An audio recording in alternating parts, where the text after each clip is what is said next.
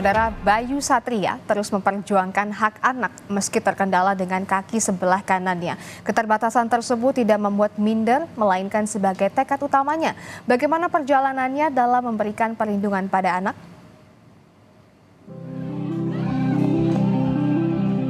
Bayu Satria, 26 tahun, memperjuangkan hak anak berawal dari diskriminasi yang pernah dialaminya. Karena kaki kanannya tak dapat berfungsi sebagaimana mestinya, hal ini membuatnya sulit mendapatkan ruang bahkan memasuki sekolah umum. Selain itu, keterbatasan Bayu membuatnya tidak dapat berpartisipasi aktif di sekolah, khususnya kegiatan ekstrakurikuler. Tersisihkan dari lingkungannya, Bayu berinisiatif mendirikan Forum Anak Simelu atau Forasi untuk mengkampanyekan pemenuhan anak pada tahun 2013. Kala itu, ia masih duduk di kelas 3 SMP. Bersama rekan-rekannya, ia memulai kampanye awal di Kabupaten Simelu, Provinsi Aceh. Berkat upaya Bayu, ia terpilih menjadi Duta Anak Indonesia. Kesempatan ini membuatnya semakin yakin memperjuangkan hak anak. Keyakinan Bayu dalam memperjuangkan hak anak memperluas cakupan forum anak hingga ke 23 kabupaten kota di seluruh Aceh, berkolaborasi dengan Dinas Pemberdayaan Perempuan dan Perlindungan Anak. Bayu menjelaskan tujuan utamanya ialah setiap anak berhak mendapatkan keadilan. Aku sadar bahwa diskriminasi dan kekerasan itu nggak adil buat kita gitu loh. Berangkat dari sana bahwa kesadaran yang harus dibangun oleh yang harus ada di setiap individu masyarakat Indonesia bahwa anak itu adalah bagian dari masyarakat, anak itu adalah bagian dari pembangunan. Nah, jadi kalau misalnya dari level anak sendiri, dari level anak saja kita nggak memikirkan bagaimana kemudian perannya di masyarakat, di publik. Maka bagaimana bisa kita menyebutkan bahwa anak itu adalah bagian dari masyarakat itu sendiri gitu loh. Berkat konsistensinya, Bayu Satria menjadi salah satu mitra UNICEF, organisasi PBB yang fokus pada isu anak dan perempuan sejak 2018. Bersama UNICEF, Bayu terus memperluas jaringan dan gagasan untuk mengkampanyekan langkah preventif di Aceh. Dan di tahun yang sama, putra dari Tanah Rencong ini bersama dengan rekan-rekannya membentuk Youth ID, wadah bagi anak muda untuk berpartisipasi dalam pembangunan berkeadilan dan berkelanjutan. Glenis Oktania, Kompas TV, Jakarta. Dan saudara, setiap tanggal 23 Juli kita merayakan Hari Anak Nasional. Dan pagi ini kita sudah bersama dengan Bayu Satria, pegiat hak anak dari Aceh. Selamat pagi Mas Bayu. Halo, selamat pagi Mbak.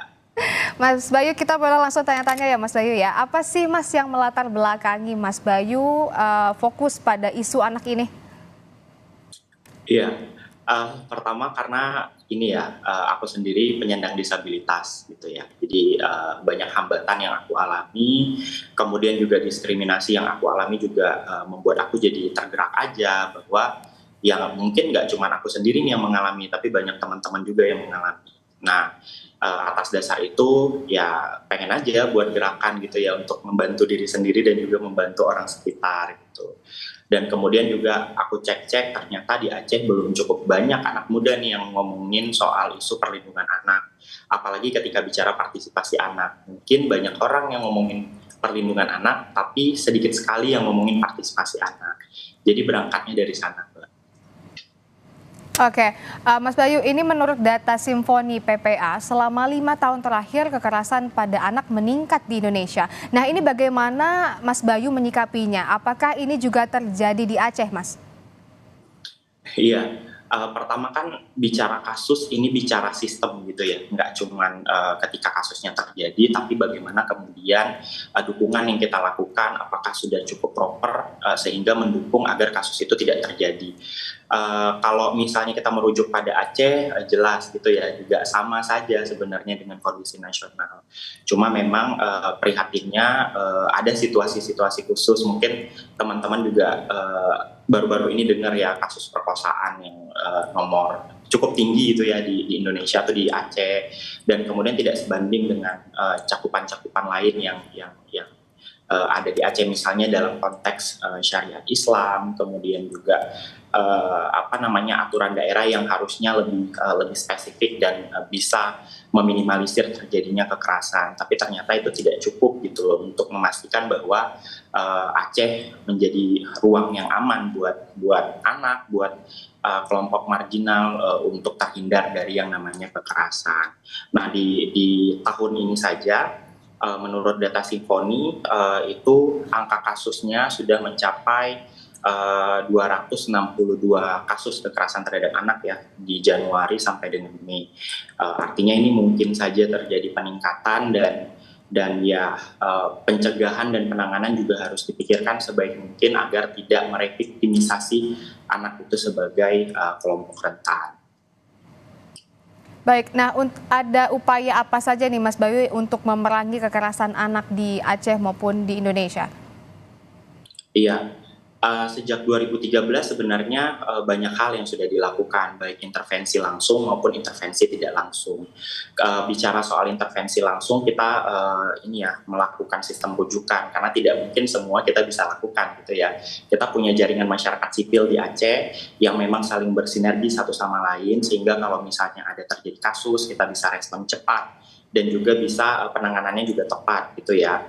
Kemudian kita juga intervensi tidak langsungnya misalnya melakukan penguatan intervensi kepada kelompok anak, orang tua, caregivers, kemudian juga bagaimana sistem perlindungan anak itu dibangun dari rumah, dari sekolah, dari lingkungan masyarakat. Tidak hanya bicara soal bagaimana negara memastikan ini gitu ya, karena memang memastikan anak aman dari rumah, sekolah dan lain-lain itu juga menjadi tanggung jawab kita semua. Dan kemudian selain melakukan banyak aktivitas gitu ya, misalnya seperti yang sedang saya lakukan saat ini melalui gerakan saya, kita lagi buat program Youth for Health Impact misalnya. Nah itu bagaimana kita memberikan kesempatan kepada kelompok anak untuk memberikan solusi pembangunan dalam konteks penyakit tidak menular. Nah ini kan sebenarnya menarik ya, walaupun tidak ada kaitannya dengan kekerasan, tapi kita memberikan akses dan juga ruang buat mereka bisa aktif, bisa berkumpul dengan sesamanya. Nah sehingga mereka juga ada upaya gitu ya meminimalisir kemungkinan terjadinya kekerasan. Walaupun ketika bicara kekerasan kan bisa terjadi di mana saja, kapan saja dan oleh siapa saja. Nah kemudian kita juga memperkuat regulasi gitu. Bagaimana kemudian kita tahu banyak sekali masalah yang terjadi di kanun jinayat misalnya. Tapi itu juga bukan membuat kita jadi alergi gitu ya. Tapi ada penguatan-penguatan yang kita lakukan. Proses dialog, kemudian juga kita ngobrol dengan pemerintah, dengan pemangku kepentingan, bagaimana apa yang bisa kita lakukan untuk mencapai kepentingan terbaik bagi anak gitu ya. Kemudian juga bicara regulasi kan tidak hanya bicara soal regulasi anak itu sendiri, tapi bagaimana kita memastikan regulasi lainnya yang inline gitu, misalnya di segi pendidikannya, di segi kesehatannya, bagaimana dengan anak kelompok rentan, minoritas, misalnya kelompok agama minoritas di Aceh, disabilitas dan lain-lain, itu juga harus dipastikan karena walaupun namanya anak, tapi kan caranya tentu berbeda gitu. Nah, jadi kita memperkuat di sisi regulasinya, serta juga kampanye gitu ya, membangun kesadaran masyarakat, dimulai dari anak muda. Karena aku pikir jumlah anak muda yang banyak, kemudian ketertarikan anak muda terhadap isu sosial yang cukup tinggi, apalagi generasi Z, Gen Z, itu juga jadi peluang buat kita bisa membuat isu ini menjadi serius gitu ya, nggak cuma serius dari kata-kata, tapi juga serius dari tindakan gitu. Baik, nah Mas, dalam menjalankan upaya-upaya ini, apa ada kendala nih Mas untuk menerapkannya di Aceh? Mengingat juga di Aceh memiliki aturan sendiri ya Mas ya, mengikuti syariat Islam. Bagaimana itu Mas? Iya, sebenarnya aku pikir ya syariat Islam itu tidak bertentangan gitu ya untuk mendukung setiap anak punya kesempatan, punya hak gitu yang sama dengan anak-anak lain. Cuma memang ini kan bicara soal bagaimana kita menjalankannya, bagaimana kita bisa mendukung dan mengupayakannya gitu ya. Dan apakah ada kendala? Sebenarnya kendala itu lebih banyak datangnya misalnya dari kita sendiri, misalnya aku pribadi nih, misalnya karena mengalami hambatan fisik, jadi kadang ada respon-respon yang harusnya bisa lebih cepat sehingga saat tertunda. Nah, sehingga sebenarnya ketika bicara soal sistem perlindungan ini juga bicara soal akses, misalnya kalau saja aksesnya cukup memadai, kemudian juga bisa mudah gitu ya dijangkau, itu juga akan mempermudah jaringan dan gerakan. Tapi tidak bisa dipungkiri bahwa perlu ada penguatan-penguatan, misalnya seperti regulasi, kemudian juga bagaimana memastikan bahwa perlindungan anak ini tidak hanya dilihat sebagai tidak hanya dilihat sebagai kita sebagai orang dewasa yang melihat bahwa anak-anak ini hanya sebagai orang yang ngikut kita aja gitu ya, tapi kita juga memastikan bahwa mereka ini adalah individu yang hidup di tengah kita, sehingga kita perlu melihat anak sendiri sebagai kelompok mitra setara gitu, sehingga perlu dipastikan bahwa dalam setiap pengambilan kebijakan, penganggaran itu juga harus melibatkan anak. Itu sebenarnya yang paling penting untuk memastikan sistem perlindungan anak ini tidak hanya dibangun oleh orang dewasa, tapi anak juga punya kesempatan gitu ya untuk menyuarakan apa yang menjadi kebutuhan, keinginan dan lain-lain. Nah, hambatan lain juga terjadi, misalnya kita punya gap gitu ya antara misalnya bagaimana anak yang tinggal di area kota, anak yang tinggal di area desa dan pedalaman gitu, 3T. Nah, sehingga ini perlu dibicarakan lebih lanjut gitu ya, bagaimana kemudian tidak hanya anak yang di kota bisa dipastikan aman, tapi juga anak-anak yang berada di distrik itu juga dipastikan aman, karena kan kemungkinan itu bisa terjadi di mana saja, nggak bicara soal desa, nggak bicara soal tinggal di kota gitu. Atas nama anak, ya mereka adalah kelompok rentan, belum bicara misalnya penyematan kerentanan lainnya, misalnya anak disabilitas, anak perempuan, dan lain-lain gitu.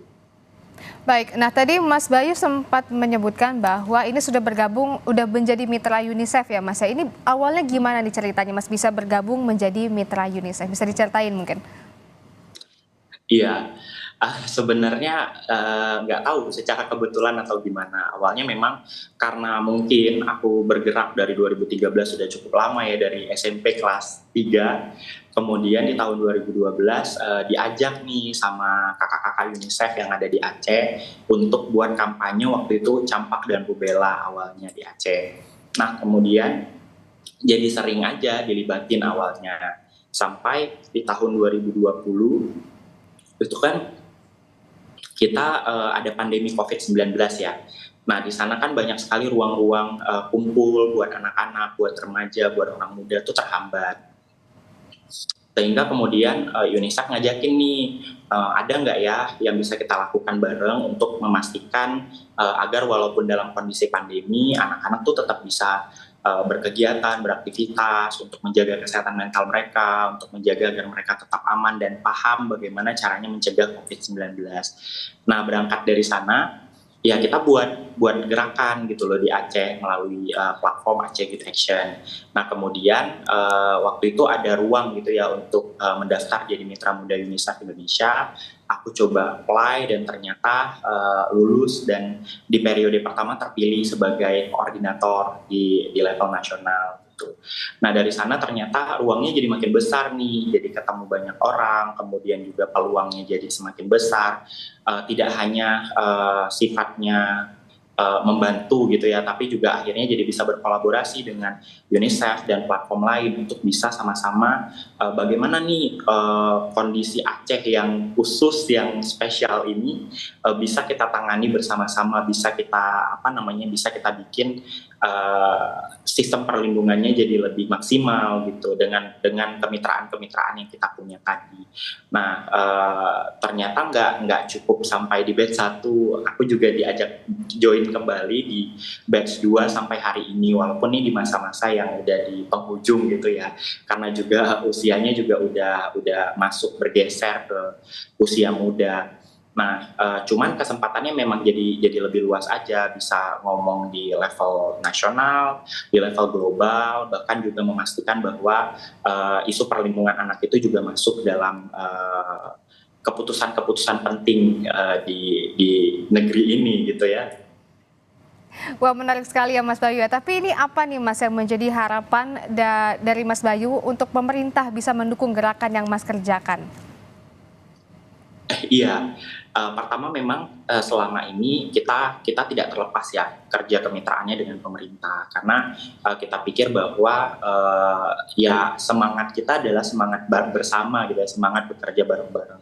Nah, jadi harapannya memang semakin besar ruang untuk bisa kerja bareng-bareng ini gitu ya, nggak hanya bicara soal pelaksanaan program tapi kita juga bicara soal regulasinya, misalnya memastikan bagaimana standar minimum, kemudian bicara soal bagaimana memastikan penganggarannya juga tepat gitu ya, karena kan bicara soal perlindungan anak ini bicara soal sistem balik lagi, dan tidak hanya bisa diberikan intervensi dalam bentuk setelah kejadian, tapi banyak hal yang perlu dipastikan supaya orang ketika entah mengalami atau sebelum mengalami, mereka nggak kebingungan harus kemana, harus cerita ke siapa, dan mekanisme pelaporannya seperti apa, misalnya gitu.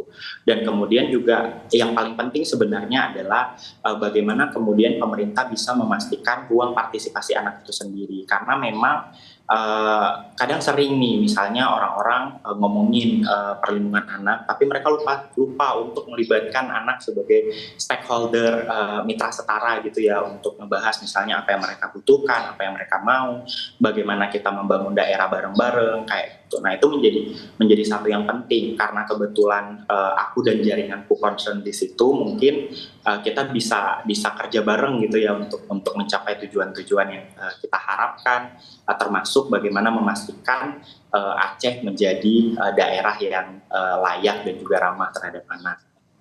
Amin ya, baik Mas Bayu, semoga emang memerangi kekerasan anak ini menjadi sorotan pemerintah dan masyarakat luas. Terima kasih Mas Bayu telah bergabung di Kompas Pagi hari ini. Sukses dan sehat selalu.